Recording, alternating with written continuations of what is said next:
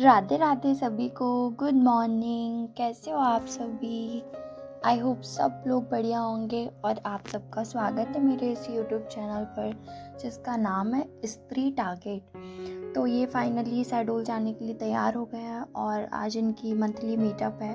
तो ये सुबह सुबह ही निकल रहे हैं, अभी सुबह के 8 बज रहे हैं। गैस ख़त्म हो गई थी तो पापा वही सिलेंडर चेंज कर रहे थे और इनको भेजने के बाद फिर हम लोगों ने चाय बनाई। पापा ने मतलब सिलेंडर चेंज कर दिया था, अभी फ़िलहाल उन्होंने किराएदार वाला ले लिया था तो अभी फिर हम उनको नया दे देंगे।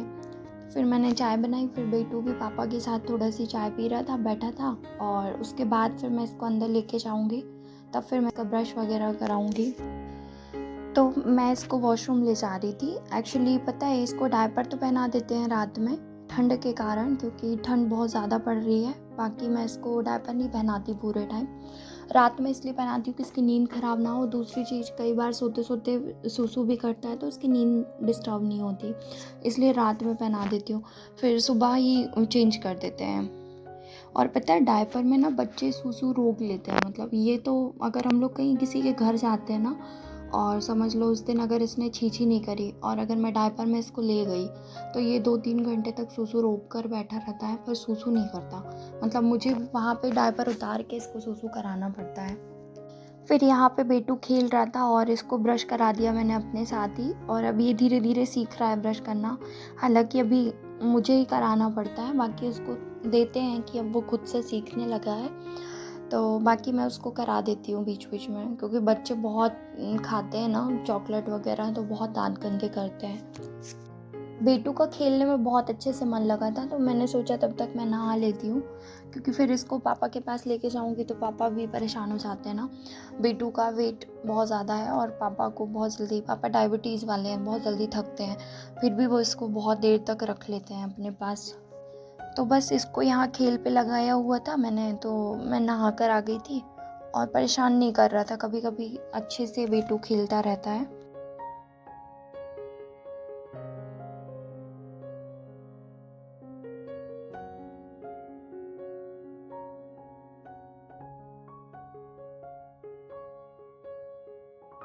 उसके बाद किचन में अपने आगे के काम स्टार्ट होते हैं, जैसे सब्जी, रोटी, दाल, चावल। आटा तो मैंने पहले ही लगा दिया था तो अच्छा है, आज थोड़ा हल्का रहेगा, जल्दी काम हो जाएगा।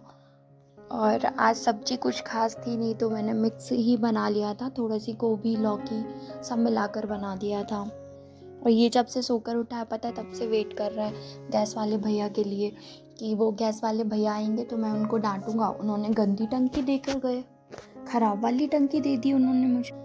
फिर गैस वाले भैया आ गए थे, मतलब ऊपर से ही दिख जाता है ना कैमरे से, तो वो नीचे ही खड़े हैं, वो सिलेंडर लेके ऊपर आ रहे हैं। तो हम लोग यहाँ वेट कर रहे थे उनका, और बेटू उनको डांटने वाला है तो मैं इसलिए बैठी थी यहाँ पर कि मैं थोड़ा सा रिकॉर्ड कर लूँगी। और ये ऐसे डांटता है, क्यों गंदी वाली टंकी देकर गए थे। मतलब क्या है, रोड से बहुत सारे व्हीकल निकलते हैं ना, तो बहुत ज़्यादा शोर वाली आवाज़ थी, इसलिए मैंने यहाँ की वॉल्यूम वो कर दी है, नहीं तो मैं आपको सुनाती कि कैसे डांट रहा था भैया को तब भैया गंदी वाली टंकी दे के गए थे, खराब वाली, नई वाली टंकी दे के जाना था, ऐसे बोलता है ये। मतलब पापा ने इसको बोला था कि भैया को डांटेंगे अपन कि अपन को खराब टंकी दे के गए थे, तो सेम टू सेम दादू की कॉपी करता है। और जो इस बार हम लोगों को सिलेंडर मिला था ना, उसमें वॉशर की प्रॉब्लम हो गई थी। उसकी पिन जो होती है ना, वो पिन नहीं थी उसमें, वो अंदर ही फंस गई थी शायद। तो फिर पापा ने अभी फ़ोन किया गैस वाले भैया को और फिर वो सिलेंडर चेंज कर देंगे। और फिर ये पता है, गैस टंकी के ऊपर बैठ के घूम रहा था। मतलब जब ये छोटा सा था ना, 6-7 मंथ का, तभी से पापा इसको ऐसे गैस टंकी के ऊपर बैठाल के घुमा रहे थे। तो ये वैसी आदत में पड़ा है इसका, और अभी ये 2 साल का होने वाला है, अभी तक उसकी वही चल रही है। जब भी सिलेंडर भर जाता है ना, वो बाहर से अंदर इसी में बैठ के आता है। पता क्या बोलता है मुझे, क्या बोलता है, मम्मा आपनी आपनी दादू को माएंगे, दादू को। फिर पापा भी आ गए थे तो पापा बोले कि तुम रहने दो, मैं इसको अंदर ले चलता हूँ, क्या गिर विर गया तो दिक्कत हो जाएगी।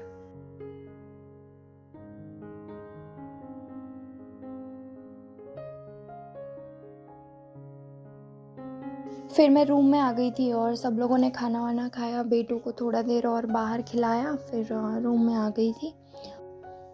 सारे बच्चे पता है बैठ के खेलते हैं और ये शैतान ये हमेशा चढ़ने उतरने कूदने वाले खेल खेलता है। देखो ना कहाँ पर चल रहा है ये, मतलब इसको अगर पकड़े ना तो ये इसके आँख नाक कान सब फोड़ लेगा। ये इतना ज़्यादा यहाँ वहाँ चढ़ने का खेल खेलता है।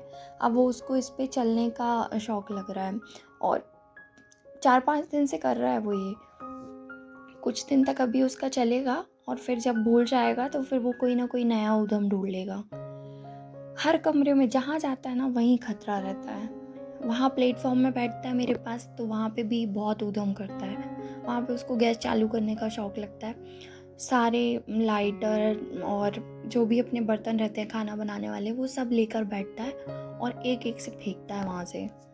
अभी ठंड भी काफ़ी है तो इसको मैं रोज़ रोज़ नहीं नहलाती, मतलब ऑल्टरनेट डेज़ में इसको नहलाती हूँ। बाकी इसके कपड़े ही चेंज करती हूँ मुँह हाथ धुला करके। रोज़ रोज़ नहीं नहलाती इसको, बच्चे को। किसी भी चीज़ को करने लगो ना तो वो आपकी आदत बन जाती है, पता है, और फिर आपको उसमें मज़ा भी आने लगता है। मतलब कभी कभी तो आपको अच्छा नहीं लगता करने में, बट अगर आपने उस टाइम पे भी उसको किया ना तो बाद में वो चीज़ आपको फिर मज़ा देने लगती है।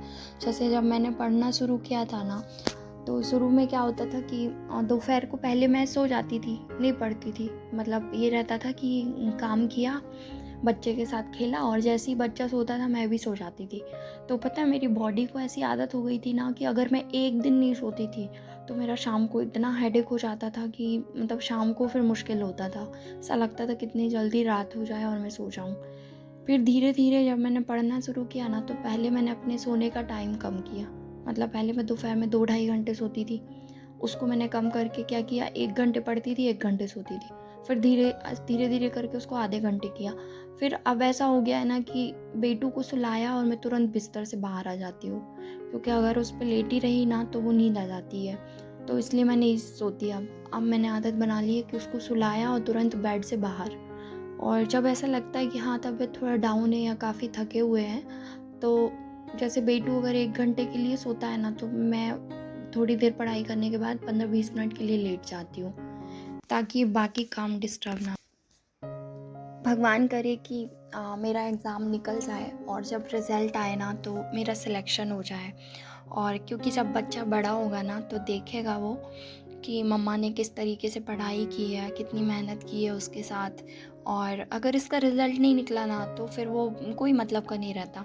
मतलब अगर आपका रिज़ल्ट अच्छा आया है ना तो आपने संघर्ष नहीं भी किए तो सबको लगता है कि यार इसने बहुत मेहनत की थी तब जाकर इसका रिज़ल्ट आया। बट अगर आपका रिज़ल्ट थोड़ा सा भी नंबर से अगर आप चूक गए ना, 1-2 नंबर से भी, तो आपने चाहे कितनी भी मेहनत की हो वो किसी को नहीं दिखता। सबको ये लगता है कि आपने लापरवाही की थी, आपने पढ़ाई नहीं करी, आप काम से बचने के लिए आप बुक लेके बैठे हुए थे और भी तरह तरह की बातें। मैं तो सच में भगवान जी से यही बोलती हूँ कि मैं और मेरे जैसे जितने भी लोग पढ़ रहे हैं, खासकर जो मैरिड हैं जिनके बच्चे हैं, तो मैं ये कहूँगी कि भगवान उनकी मेहनत ज़रूर सफल करना। मतलब एक तो हम लोगों के पास टाइम बहुत कम रहता है पढ़ने के लिए, ऊपर से बच्चा भी रहता है और मेंटली एक प्रेशर रहता है कि टाइम कम है, एज भी ज़्यादा है, तो पढ़ते भी हम लोग अच्छे से हैं। तो पूरा भगवान साथ दें कि सभी का सिलेक्शन हो जाए।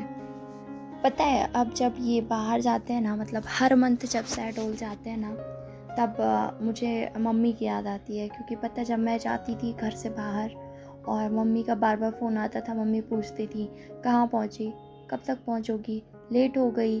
तो मतलब ऐसा लगता था कि मम्मी कितनी बार फ़ोन करके पूछोगी। बट अब जब अपना कोई जाता है ना तब समझ में आता है।